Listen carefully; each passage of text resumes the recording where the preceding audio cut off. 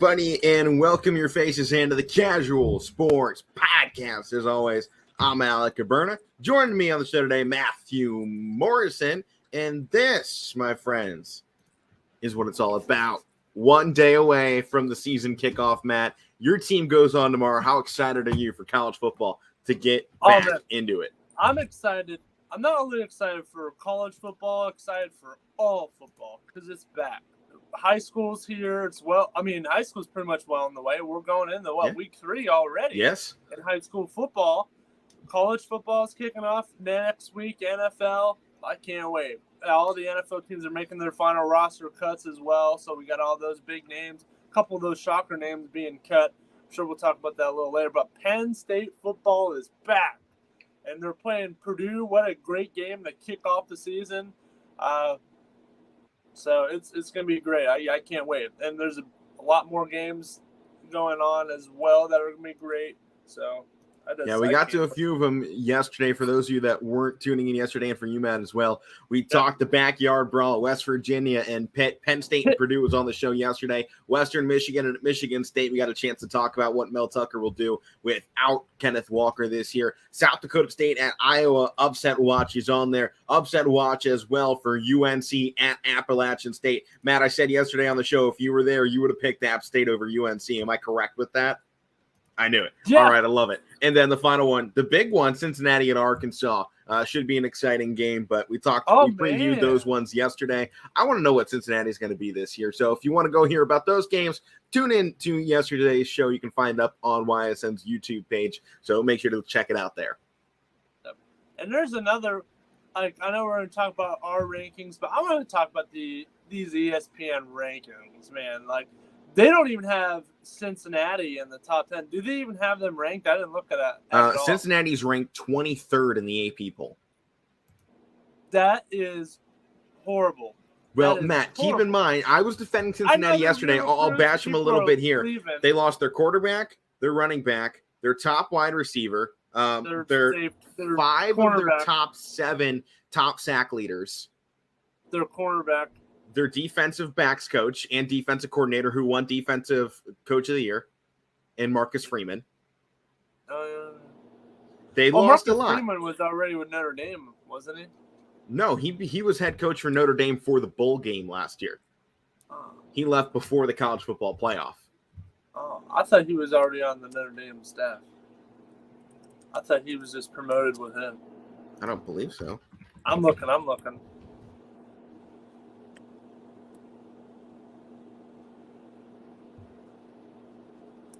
Yeah, he was. He moved from Cincinnati in 2020, so he was Cincinnati. Year prior. Well, I was 1 year off on it, but still, the point remains: they lost a lot. Yeah, they did lose a lot, but still, you gotta give them that respect of what they did last year. I know all these are based off of what their preseason moves were, but I wouldn't have put Clemson up in the top 5. I know they're going to be better, and I know they had a good end of the year last year, but nowhere. Yeah, but DJ Uiagalelei is kind of one of those big busts. He's a bust. Yeah, when you look at those 5-star guys, not in the same conversation as Tate Martell. He's had a better career than that, but I think to a similar status, though, he's kind of that didn't pan out the same way we were hoping. I mean, how can you ever compare? How could Clemson keep it up? I mean, they went from Deshaun Watson to Trevor Lawrence. I mean, you're not going to be able to keep up that level of talent at quarterback position. And they just lost. They just lost. I'm dead set on this that he was the best defensive coordinator in college football, Brent Venables, who took the head coaching job at Oklahoma. Here's the thing. So you penalize Cincinnati for losing everything, but Clemson arguably loses maybe the most important part of their team that won them the majority of their games last year, and their defensive coordinator, and they get kind of rewarded for it and put in the top 4. Yet Cincinnati drops from at least top 5 to 23. I know Cincinnati lost a lot more, but that is just such disrespect to a team that was the first one to make it into the college football playoff. So, yeah, I do agree. From the group of 5. But without any further ado, let's get to the Week 0 college football playoff rankings here. Casual Sports Podcast Edition, voted on by myself, Matt Morrison, and Mike Wolfgang. Without any further ado, the number 10 team in our first college football playoff rankings of the year, Texas A&M. Matt, the Aggies, a lot of people looking high on them. I didn't have them on my list, but both you and Mike did. I think they're going to be a good team, but I don't know if I like them this early on. I think it's going to take them a couple weeks to get that love and feeling back in there into Aggie country and find what will make them successful. I don't think they're going to have a bad start to the season by any stretch because I think they have a pretty easy schedule. I mean, yeah, they have Sam Houston here in week 1. They're going to have App State in week 2.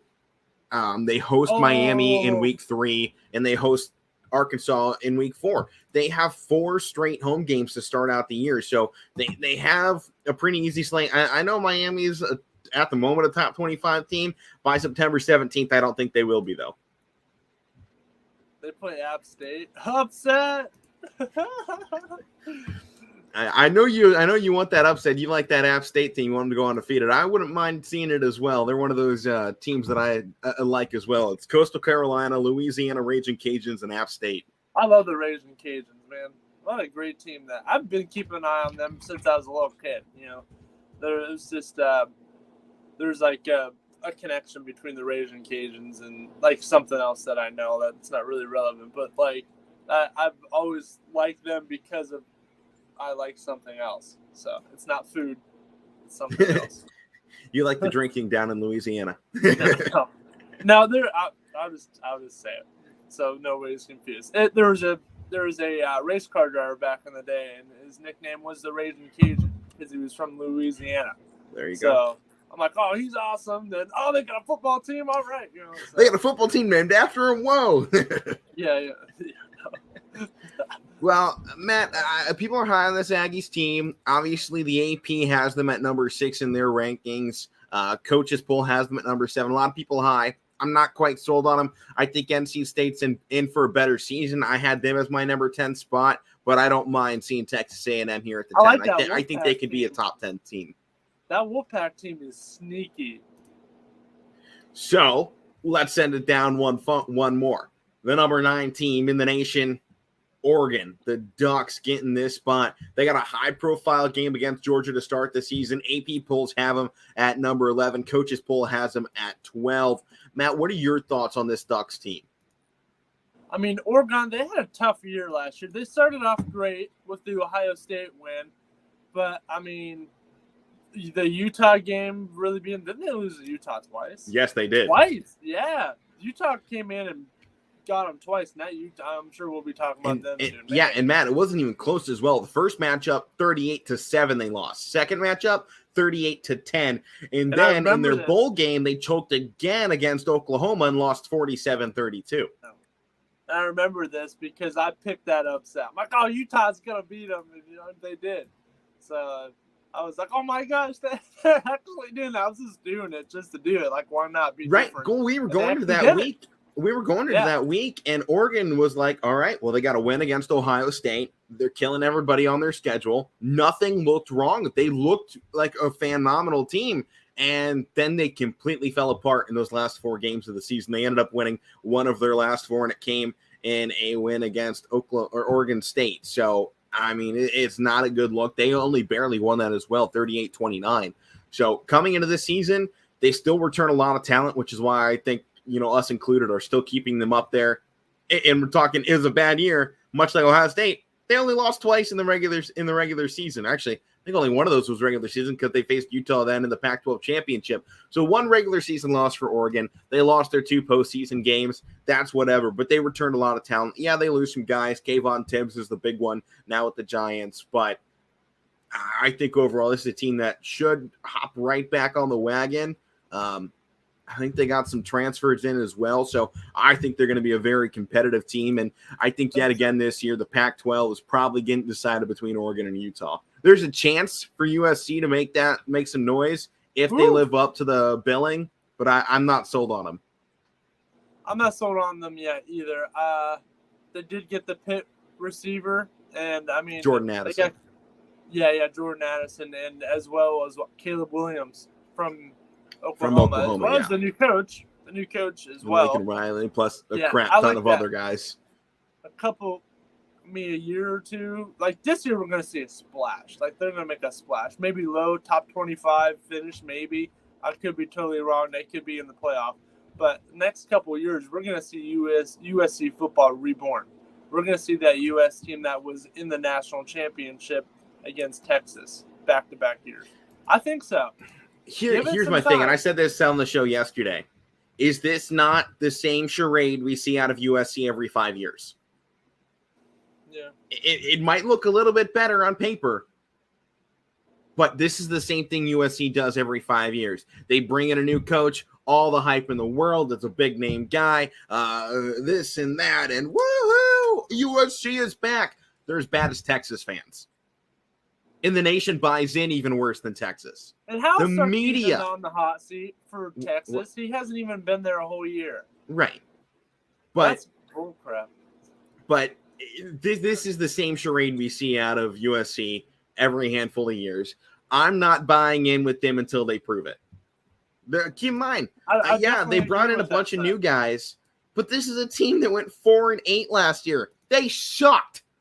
Their best games were against mediocre opponents. They lost to Stanford. One of their 4 wins last year was against San Jose State. Oregon lost to Stanford too last year, didn't they? Yeah, but USC also lost to Cal, who was 5-7. They lost to Notre Dame by double digits. This is not a team that you're impressed by. They barely beat Arizona, who was a 1-win team last year. Let's not overreact about USC until it happens. That's true. That's the only piece. But I think Oregon probably one of the strongest cases to take the Pac-12. And I don't remember exactly on their side of the division. Let me pull it up how I predicted it. Yeah, I got Cal as 8-4 this year. I don't know why I did that. They got an easy schedule, and I don't really like what's going on in the Pac-12 North this season. They're taking on a lot of those teams, but I mean, Oregon's not going to get challenged up there, so I think they're likely going to be in that Pac-12 championship. The South region is going to be where the competition lies in the Pac-12 this year. But number 8 on the list, the Tigers of Clemson. I think this is a little bit better of a spot, especially than where the AP polls have them at number 4. Coaches poll also has them at 4. I think they're going to be a fine team this year. I think when you look talent-wise around the nation, I think they do have one of the most talented rosters out there. And let's keep in mind, even in one of their bad years, we're talking about 10-3, 6-2 in conference play. And if they had won one more of those conference games, they would have been taking on Pitt in that ACC championship. So for as bad as they were last year and how as inconsistent as they were, they're still one of those best teams. I don't want to put Dabo Swinney up there with Nick Saban, but remember when Nick Saban went 9-3, everybody immediately went, oh, well, that's the end of Alabama. That's the end of that run for their dynasty, and he came right back. Now it's been a little bit slower, which is why Dabo Swinney will never be in that category of Nick Saban, but he's also up there for one of the best coaches in college football today. His ability to keep a program alive even through adversity, and this is the true test of what his coaching legacy is going to be. He took this Clemson team from nothing to a national champion. Let's remember that. He took this team from nothing to a national champion and a national contender year in and year out. Most dominant force in the ACC in the last 10 years. And he continues to pull in 5-star guys to the University of Clemson, a program that until recently hadn't had anything really great happen since I think the 70s. So this is a Clemson program that got revived by Dabo Swinney. I think with Dabo Swinney again this year, I think with the talent he has in this roster, the subtle improvements we have seen from G.J. Uiagalelei, they're probably a 2-loss team again this year, which means they can very easily finish in this number 8 spot come the end of this season. They could. They're definitely going to be an improved team. They finished out the season strong last year. I remember they had some upsets. You know, Pitt beat them. Pitt was something last year. And Pitt's going to be good this year, too, I believe. But, I mean, the NC State loss really stung for them, which I was happy. But, I mean, we're going to see upsets this year too. I mean, Clemson. I mean, I was just looking at their schedule. I'm still in Oregon here. 1 second.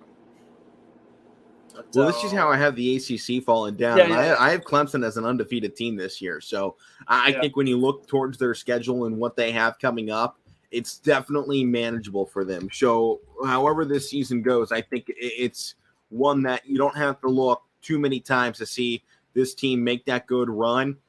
And especially early on, first 3 games should be easy dubs. They got Wake Forest in week 4, who's going to be without Sam Hartman. So I have Wake Forest falling back off. That should be a 4-0 start. They got the Wolfpack to start October, and that's the real challenge on this early slate in those first 6 games. But outside of that NC State game, they only got one more matchup I'm looking at, and that comes November 5th against Notre Dame. And I'm not high on Notre Dame this year, as we'll get into tomorrow. So I think Clemson, you look at that schedule, very real possibility of an undefeated season or even just one loss. So that's why I'm giving the push to Clemson. They have an easy schedule. I think it's going to pay off. They don't play Pitt. No. They don't play Pitt. Oh, my gosh. What? They always play Pitt in the regular season. They don't play them? Not this time. Yeah, no. ACC championship. All right, well, next team on here, Cincinnati, the Bearcats. We still give them the love that they deserve. A little bit of fall off. That's why they're not in the top 5 anymore for us. But they're a team for me. I gave them the number 5 bid. Nobody else did. So they got in to this spot solely on my vote. So I kept Cincinnati alive inside the top 10 of our college football rankings.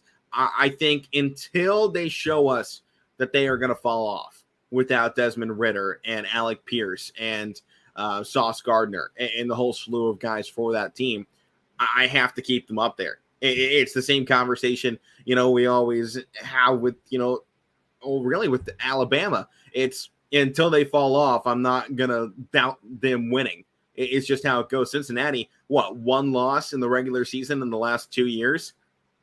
Yeah. So I'm not doubting Cincinnati until they give me a reason to doubt them. That's fair. Number 6, the Irish Notre Dame. This erases the top 5 matchup for Ohio State to start out this season, but I think this Irish team coming into the season, they're an experiment in my mind. So first kind of go around for the Marcus Freeman era. They're putting in sophomore Tyler Buckner at quarterback. Which I don't like. It's going to be his first ever start. He won the quarterback battle against Drew Pine. No, this is a much better decision than Pine. Pine, last season, negative rushing yards.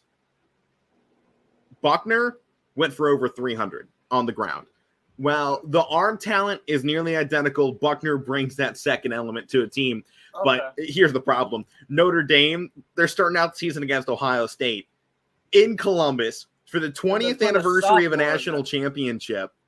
And Ohio State's bringing 10 recruits in, high-profile recruits to Ohio State as well. Ohio State is going to do everything in their power to not just win this game, but to make it look laughable, make Notre Dame look like an embarrassment to start out the season. And it's likely to happen. This Notre Dame team, it's got some good talent. I had to write an article about this the other day, and the program that they've assembled, it's good. They have some great guys, but on offense, the offensive line is solidified in the middle with their center and their 2 guards, but their left tackle and right tackle are both untested sophomores going up against the likes of Tyler Friday, Jack Sawyer, and JTT. Good luck to those tackles on that offensive line. Tyler Buckner is going to have to scramble, and Tommy Eichenberg has taken a huge step up for Ohio State's defense. They're not going to be able to move this football running this season against Ohio State. Jim Knowles has really turned this defense around. He said it, top 5. That's what this team needs to be. Ryan Day said top 10. Jim Knowles went, nah, I want top 5. That's what expectations need to be, a top 5 defense. I think with the tone set this early on, and not to mention a 17.5-point spread towards Ohio State in this game, it doesn't look good for Notre Dame to start out the year. And when you look at a game like that starts the season, they got Clemson later on in the year. I think they might even have Georgia on that schedule as well. But here's the list for you. So they start off Ohio State, then they go Marshall, Cal, Cal could be a challenging game if that Cal team steps up this year. They got UNC week 4, who, by the way, just looked fantastic in opening week. I know against bad opponents, but we talked about it yesterday. Their quarterback went off. They got a top 25 ranked BYU in week 5. Then they got Stanford, UNLV, Syracuse, easy wins. But then they go up against Clemson. Navy should be an easy win after that. Boston College, who I'm hoping starts turning the corner this season with Jeff Hafley. Now that they got Clive Wilson as well in there. Yep, there it goes. And then the final week, they go into the Coliseum to take on USC. It's not an easy road for Notre Dame this year, and I don't think their talent level is quite what it is. They might have the best secondary in college football, but I don't think it's going to be enough when you don't have any offense. Yeah, I mean, I like their receiver core. I mean, I really like Lorenzo Styles. That dude is a cat for Notre Dame. He's from Ohio, but actually his I think his younger brother is actually playing for Ohio State, so that would be a little sibling rival right there. I think there's a Lorenzo Styles, something like that in there, but he has Ohio State in his blood. His dad went to Ohio State. I mean, the dad's from Farrell, so I like that story always. But, that's the number one guy right there. Tyler Buckner, he's a sophomore quarterback. I mean, I agree with you. Ohio State has too much talent. I don't know. We're going to preview that game tomorrow when Mike's back on the show. So you can give your take on it now, I guess, then. Year. I think Notre Dame should have a great year. This is just a test to see what they have right here, right now. So. Yeah, and I mean, the only problem, especially when you look at that wide receiver core, and you do see Lorenzo Styles, well, their number one wide receiver is a sophomore. He's a sophomore this year. Jaden Thomas, their number 2 wide receiver, also a sophomore. So they have a lot of young guys on this team, and that's the only problem I see with them. Kind of as I talked to the team in Springfield and Sean Guerrero last week down on the field before they took on Brookfield and ultimately came down. Young teams make young team mistakes. It's going to happen. It's unavoidable. And the only thing you can do is get better from those mistakes and avoid them later in the season. But so early on, especially for a guy like Buckner, who's never started a game in college football, and now he has to go and do it against arguably the number 1 team in America, at least maybe the number 1 most talented team in America in Ohio State, who comes in with a chip on their shoulder this season. Good luck. I just think their schedule's a little too hard this season. But Notre Dame gets the 6th spot on our initial college football rankings. Number 5, give me the Pac-12's Utah Utes. They continue to put out just some phenomenal programs year in and year out. They're ranked top 10. But Matt, get this. We're going to talk about this matchup in a little bit later on the show. They're taking on Florida in Ben Hill Griffin Stadium in Greenville, Florida. Florida's favored to win the game. 52.1% they've been given on the FPI matchup predictor to beat a top 10 team in week 1. And part of that only is because it is very hard to go into the swamp and win. But still, the spread, however, does favor Utah, but only at -3. No comment.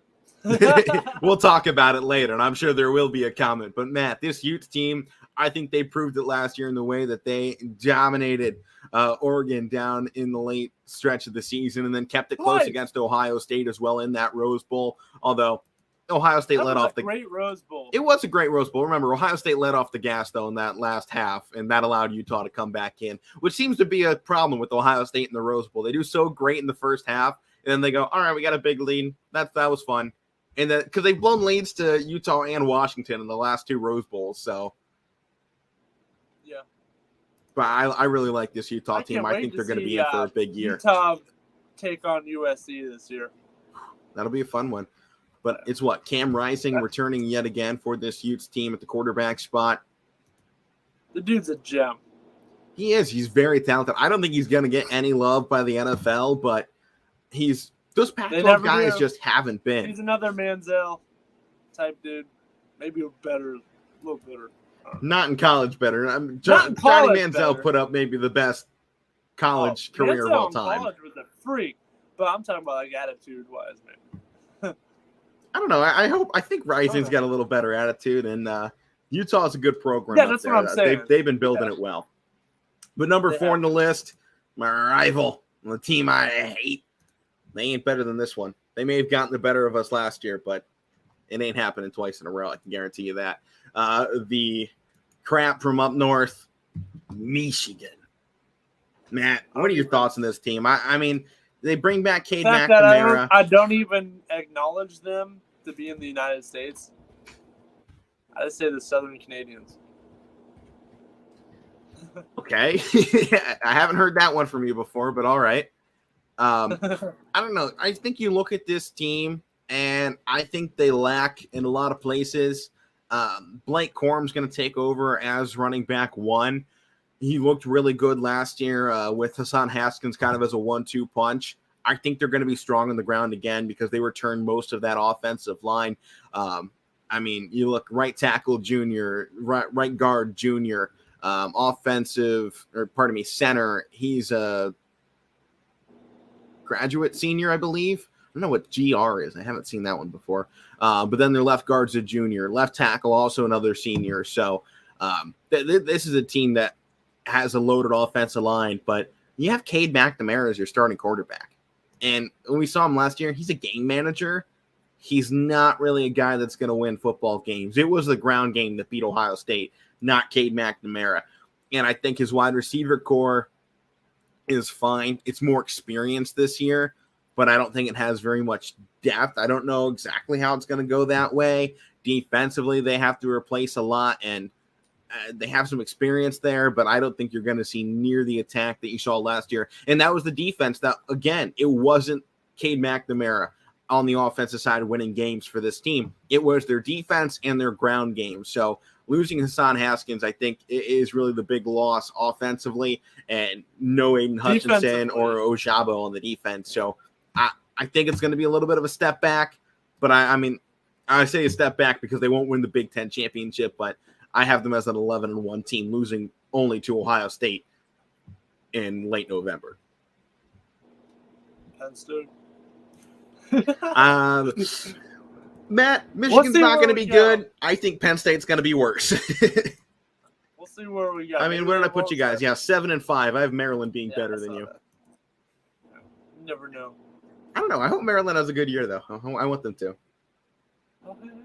But number three, the better of the rivals, Ohio State, my Buckeyes, getting the top spot for the Big Ten over the rivals who did lose last year, but not really a head-to-head ranking here in week 0, your initial ranking. So I think that's why you can put Ohio State above Michigan, because both teams, from restocking from last year, retooling, who's made the better changes and who's gotten better in the offseason. Ohio State's gotten a lot better in the offseason than Michigan has, at least from every single report I've seen over the last 3 or 4 months, that Ohio State has really retooled everything. I haven't heard a lot out of the Michigan camp. Me neither. I don't pay attention to them.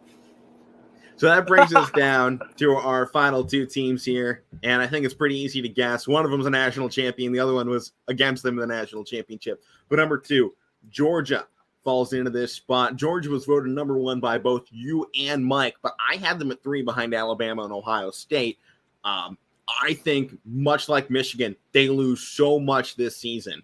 And I know I didn't penalize Cincinnati for it, and I'm penalizing Georgia for it. Not much, but I think you look at their star players, and every single one of them is gone.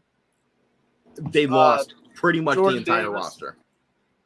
Basically their entire starting roster is gone from last season in that game. I mean, because we during the NFL draft, we were talking that Georgia sent like one of the most amounts from a team ever from one team to the NFL in a season. The fact that they sent one of the most guys means they lost a lot of those guys that helped them get there. So I think they're going to see a true regression from Georgia this year. And that's not a bad thing. You won your title. Soak it in, take this second season, and then, retool and get back to it afterwards. But I think it's going to be a growing year again for Georgia to try and get back to Alabama's level. It's hard to do, and not many teams are going to stay consistent with Alabama, and I don't think Georgia's one of them. Yeah. They get Stetson Bennett back at quarterback. I didn't really see too much in him. I really like what I think the next guy for them is that Carson Beck guy for Georgia. I think he'll be great. But, a couple other guys on here. what's the running back's name? I think it's Cash Jones. I think that's the guy I was thinking. No, he's a freshman. DeJohn Edwards. I like him. So I like Clark as well. So, I mean, they did lose a lot of guys. They did. Davis is gone. That was the big guy that they had on their defense. And let's just put it in this way. Their defense won that championship, pretty much. Defense won everything. Wins championships. Defense won everything for Georgia last year. It wasn't offense. They had some good offensive plays that helped them get there, but ultimately it was their defense that took it. That leaves us down number 1, Alabama, the Crimson Tide. I think that's about easy to predict as it can be. When you look at talent coming in, maybe next to Ohio State, Alabama's got that best returning talent. They have the greatest head coach of all time in Nick Saban. I don't think that's arguable at all at this point in his career, and he doesn't seem to be slowing down. I think he just got handed another contract that made him the highest paid football coach in college football. So I think Alabama's going to be around for a while. Bryce Young comes off a Heisman winning season. I don't think he wins back-to-back here. At least I'm hoping not. I want that record to only ever belong to Archie Griffin. That's just my bias, though, as an Ohio State fan. We'll see what ends up happening in that department. But I think when you look at the returns Alabama always has, I think they're going to be right at the top yet again. Honestly, I don't even think he should have won that Heisman last year. At all. Should have been Hutchinson. As an Ohio State fan, it should have been Hutchinson. Should have been Hutchinson. Hey, Matt, are you getting swarmed by cats? Yes. Okay. I keep seeing you look everywhere. And I'm like, cat scared me. The door cracked my... Well, there's Matt Morrison getting swarmed by cats today. All right. Well, let's take it into what's going on this upcoming weekend. Matt, I got to throw this one out here. Not much going on, but James Madison makes their first FBS appearance as an FBS team. They host the Middle Tennessee Blue Raiders. So I just got to shout that out. Not too often you get a new team coming up. We've seen a couple in the last few years. So I got to shout it out because most of the ones we've seen make the jump have become pretty good at the FBS level. Yes, we have. I've seen that before. What was the other one? Coastal. Yeah. Coastal. App State. Charlotte 49ers made the jump. Liberty was a great team last year, already sending guys to the NFL. So we've seen those jumps in recent years make huge impacts. Not too many people are high on James Madison making the jump, but I think they can make some noise. I think so, too. I mean, just in 2016, they won an FCS championship. Yeah, so not too far removed. But, Matt, that brings us into another FCS team not joining the ranks of the FBS, but there are team, the Youngstown State Penguins, hosting the Duquesne Dukes, who lost their first game 47-7 to Florida State, got absolutely run over. But, Matt, I want to talk about our Penguins here on the network. I'm hoping for better this season. They seem to always have a lot of offseason hype that doesn't really turn into much into the regular season, but they got some great talents coming in. What do you think this team is going to be this year? I think they're definitely going to be better than they were last year. I like their quarterback room. I like their running back room, but I mean, Brungard's not going to get the start right away. It's still going to be I can't even think of his name. What was his name? Crenshaw. Yeah. I think he'll be the guy. I think he's a very capable quarterback for YSU. He's mobile. He can run. He can throw. So I like what he can do. I like the running back, McLaughlin. He'll be great this year as well. Get out of here. But their defensive side as well. They've had some transfers out, so that might be a little shaky. So. And Matt, I don't see Bo Brungard on their roster. Really? Not at the moment. I saw pictures. Well, I know. I've heard he's been taking snaps and stuff. But I don't see no Brungard. Ooh, they play Kentucky. Yeah, that's right. Ooh, they got Dayton. Dayton comes here. Yeah, well, we should have some really great games coming up this season for them. But 2 straight home games to open the year. They go on the road for what should be 2 losses against Kentucky, North Dakota State. I got no shame saying that. They'll come back here, likely lose to North Dakota. But I think against Indiana State here at home on October 15th, I think they can win that. I think they can take Western Illinois on the road. Coming back against South Dakota, I don't know what South Dakota will be this season. That could be a coin flip game, depending on how YSU does at that point. But Final 3 weeks, Illinois State, Missouri State, Southern Illinois. I think those could be dubs for the Penguins. I think we can beat North Dakota State. I don't. I'm sorry. North Dakota State. I don't like them. That would be like yesterday. saying, you know, I saw really, someone yesterday on campus wearing a North Dakota State hat and shirt. I'm like, what is wrong with you people? You want to get, like, beaten up? You don't Matt, wear that'd that be like here. Northwestern beating Alabama. It's not going to happen. No. Even on their best years, they're not beating Alabama. Why would you put that team there? I'm just saying, North Dakota State is just a level above the entire rest of the FCS. I know. But, Matt, for the sake of it, I'm taking Youngstown State to win their home opener against the Dukes of Duquesne. They didn't look too impressive in week 0 against Florida State, so I got the Penguins. Yeah, I got the Penguins too here. I like McLaughlin, and I also like Dre Rushton too. He's from Liberty. I've actually had a class with him. He's a good guy. But so long as the Penguins run the football, we should be good. Yeah, he was out pretty much all last year. He was in every class I saw him, and he was in a boot. So he should get more carries this year. Well, another team that we're going to talk about here from the Missouri Valley Football Conference, North Dakota. They're taking on the Nebraska Cornhuskers here in week 1. Cornhuskers coming off their loss in Dublin. They've lost 5 straight dating back to last year. Might actually be more than that. All of which were all but one were one possession games. The only one that wasn't was against Ohio State, in which they lost by 9. So I think maybe the only bet you can have going into this game is I don't think Nebraska is going to be running away from anybody. They look pretty good. I think Casey Thompson is a lot better of a quarterback than Aiden Martinez, but I think he still lacks any weapons around him. So that's going to be a problem throughout this season. But I really like Casey Thompson at Texas last year. I think the move to Nebraska is good. I think he looks great so far. The interceptions weren't good against Northwestern, but give credit to Northwestern. When they're good, they always have a top-level defense, and that showed out. Currently, Nebraska has been given a 97.9% chance to win this game. So I am taking Nebraska, but I think North Dakota might keep it close just because that seems to be the way Nebraska Cornhusker football has been going lately. Yeah. Frost is on the hot seat. I don't. That's not even a hot seat. That seat's on fire at this point. You could cook a 5-course meal on it. The last FCS opponent Scott Frost took on though last year in Fordham, they won it 52-7. That was one of their 3 wins from last year. They also beat MAC opponent Buffalo 20-3 the next week, and then their only other win came in the Big Ten against Northwestern 56-7. So, but I got the Huskers taking it here in week 1. Yeah, they're going to have some Dublin redemption. They need to have a big game. I wish it would have been. Just hopefully they don't have a hangover. I wish it would have been Bo Pelini with YSU taking on Nebraska. Just take on his former team. That would be something, yeah. That would be, but he's not even having a job, so he's horrible. I think he's getting. I think he's in trouble. So we'll talk more about that behind the scenes.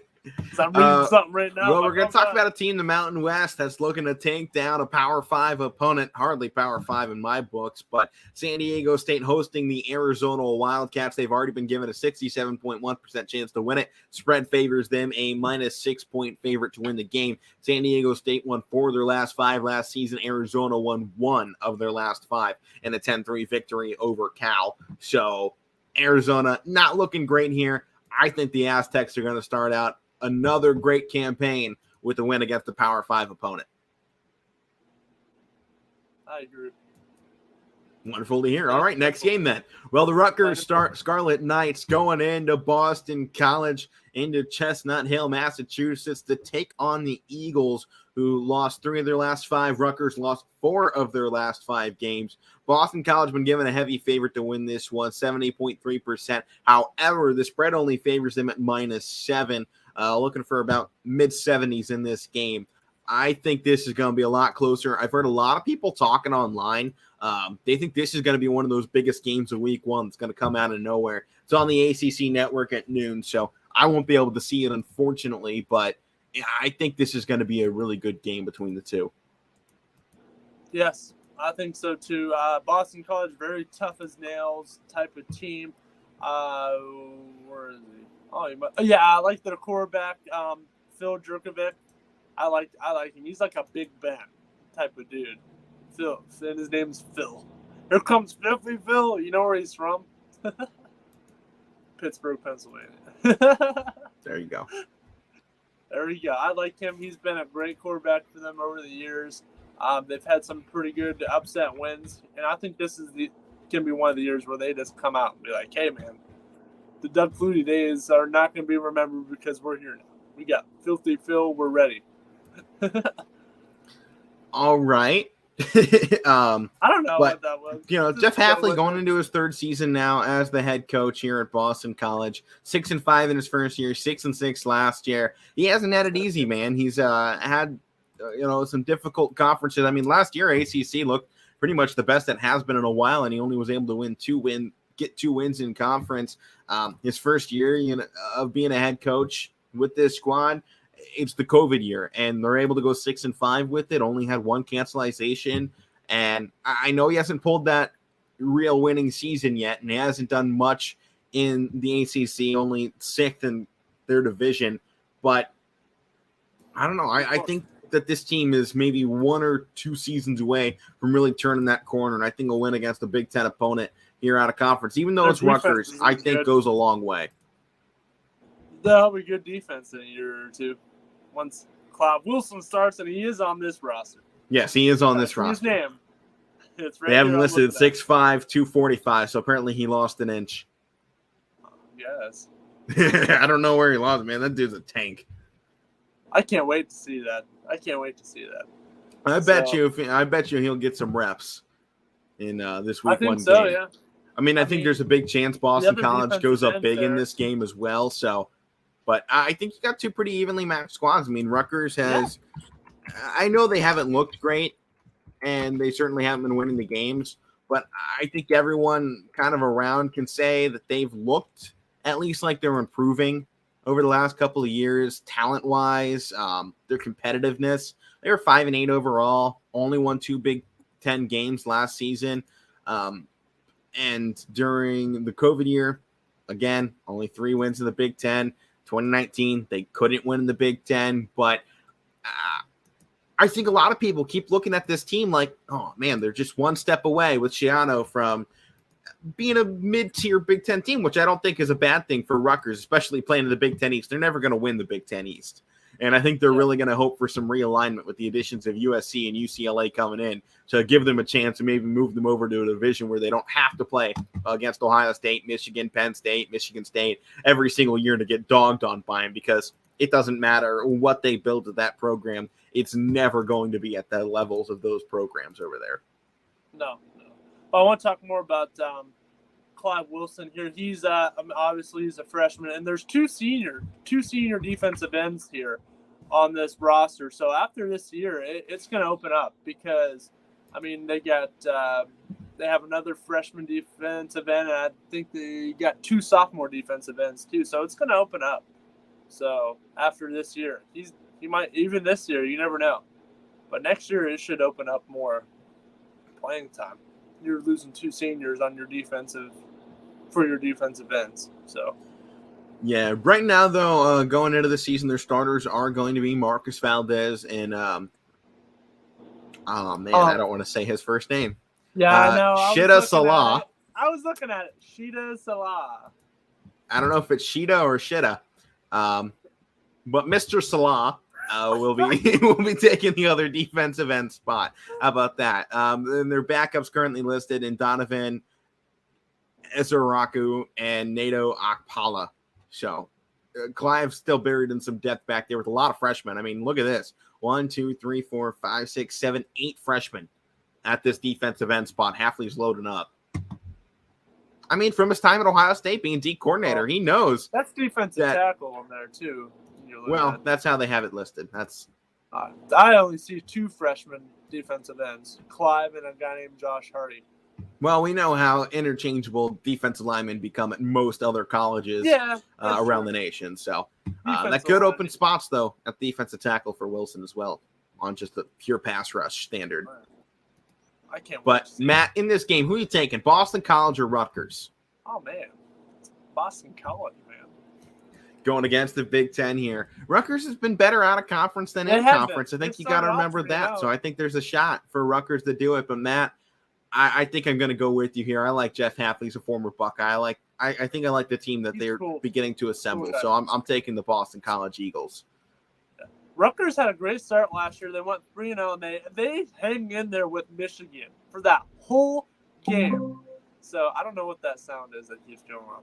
But my girlfriend's room, there's a bunch of things in here I don't know about. So, but I like this Rutgers team. They had that close game against Michigan, then they just they were lined up for the slaughter when they played Ohio State. So that was pretty much downfall after that.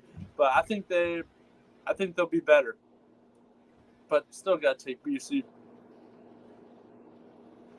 All right. I don't mind. I got BC as well. Next game, Boise State going into Oregon State. Spread has Oregon State, the Beavers, and a 2.5-point favorite. But, Matt, give me the Broncos in this game. I think they're coming off a great season. I think the Mountain West is overtaking the Pac-12 in terms of talent and depth throughout the conference.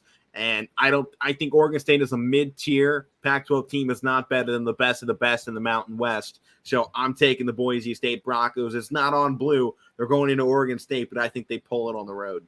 Yeah. I like their blue field. I'm going to go Boise State. I don't like the blue field. Their blue field is awful, but Coastal Carolina's teal field is awesome. That is pretty cool, yeah. Dude, that would be the dream to go to Coastal Carolina. Can we talk about that? Literally, you're 10 minutes from Myrtle Beach. Does seem like a pretty nice university to go into. There's somebody that I worked with the Scrappers is going to Coastal Carolina, and she was like, "Oh, I'm like 10 minutes from Myrtle Beach." I'm like, "Oh my gosh!" And I'm like, "Do you know about their football teams?" Like, "Oh no, are they good?" I'm like, "What?" He's like, "No, are they good?" I'm like, "Yeah, just a little bit." Just a little bit. I mean, they were ranked. Well, I want to get to another game here. This one, I think it's a bit of a head scratcher for me. TCU going into Colorado to take on the Buffaloes. Colorado team, I think we've kind of talked up here on the show a little bit. I think I got them second in the Pac-12 North at 8-4. TCU I have as a 6-6 team in the Big 12, but TCU is a 2-touchdown favorite against Colorado on the road. TCU hasn't been the same since they lost to Ohio State after starting 3-0 in the regular season. Week 4, they took on Ohio State 4 or 5 years ago. They lost it, and they haven't been the same. Since Andy Dalton was there. Wow, that's a long time ago. Yeah. The Red Rocket, Andy Dalton. But, I mean, last year, this is a TCU team that struggled against Kansas. They won 31-28 against Kansas. Somehow they upset Baylor. But then they took losses to Oklahoma State 63-17. They lost to Iowa State 48-14. They weren't bowl eligible last year. Neither was Colorado. They both had kind of crap seasons last year. But to come out immediately and go TCU's a 2-touchdown favorite on the road against Colorado, I don't know. I don't know who I'm picking in this one, but I'm telling you, I'd pick against the spread in this game. I would too. And I guess I do know who I'm going with. I kind of said it already. I got Colorado as an 8-14. Based on the way I have my matchups going, I got the Buffaloes taking this game, and I'm going against the spread, obviously, with that. I'll go to the Buffaloes, too. Well, here's the game that also, has the head scratcher. Utah Utes and Florida. I promised that we'd talk about this game earlier in the show, so here it is. Utah beat the crap out. Just a 3-point favorite coming in, but the matchup predictor gives the dub to Florida in this game. Matt, this is a terrible Florida team. I don't even know what they have on this roster. Felipe Francis was gone. Right. And then last year they were, sixth in the SEC East with a 6-7 overall record, but 2-6 in conference. This is a really bad team last year. And their wins out of conference came against FAU, USF, Samford, and I think those are the only 3 out of conference games they had that I can see. So Their only other win, or one of their only other wins, came against Vanderbilt. They lost to Vanderbilt, South Carolina. They lost to Mizzou. They beat Florida State by 3. This was a terrible Florida team last year. Vanderbilt. That's one of their only wins. No disrespect to this at all, because I love this, because we've seen this in high school too. But Vanderbilt, literally their best player is their kicker, and she is awesome. Well, I don't even think she's the kicker this year. Is she the kicker? Oh no, man! I liked watching her. Let me look this up. You don't see that too often. I love it. What was her name? Let me see what they got listed. I do remember the girl from Howland. No, she's not on the roster anymore. She was only brought in because of an injury to their actual kicker. They brought her off the soccer team for like one game. Oh man! No, that's the only game I their won. place kicker is Joseph Belovas. What's his name? Joseph Belova. Okay. Yep. But Utah, I mean, on the other side of this, we're 10-4 last year, 8-1 in conference play, won the Pac-12, was in the Rose Bowl. Florida wasn't bowl eligible, or I guess they were. They were 6-7, but then they lost in the Gasparilla Bowl to UCF by 2 possessions. 29-17. It was a 12-point loss. Utah's going to wipe the floor next game. Yeah, Utah's taking this game, and the fact that this is pick the spread, and go Utah. I'm just baffled by this, and I know the argument is, well, Florida's great at home. They only lost 1 home game last year. So, to Bama. Let's see who did they lose it to? Georgia, 34-7. They almost. But let's look at their home opponents. Oh wait, they lost. One of these had to be neutral sites because I'm seeing 2 losses at where they were listed as the home team, because they lost to Bama and they lost to Georgia. They almost beat Alabama, which I found funny. Yeah, they did almost beat them. I don't know. They only have something's not right there. One of those must have been a neutral. Oh, you know what? Florida Georgia game is a neutral site. That's what it is. That's right. But as a home team, technically, they did lose that. So their only loss at the Swamp was to Alabama by 2. So it is a hard place to go into, but still, I don't think it's going to be enough to go up against an actual good Utah team with an experienced quarterback. They also did that against Alabama early in the season when Bryce Young was still getting started. Yeah. Now they're going up against a fully fledged in-step Utah Utes. So Utah the way. Final game to talk about here on the show before we hand it off to Power Hour. Up next on your sports network, the Oregon Ducks taking on the Georgia Bulldogs. Oregon ranked 11 in the AP polls, but they are a 17-point dog against the Dogs.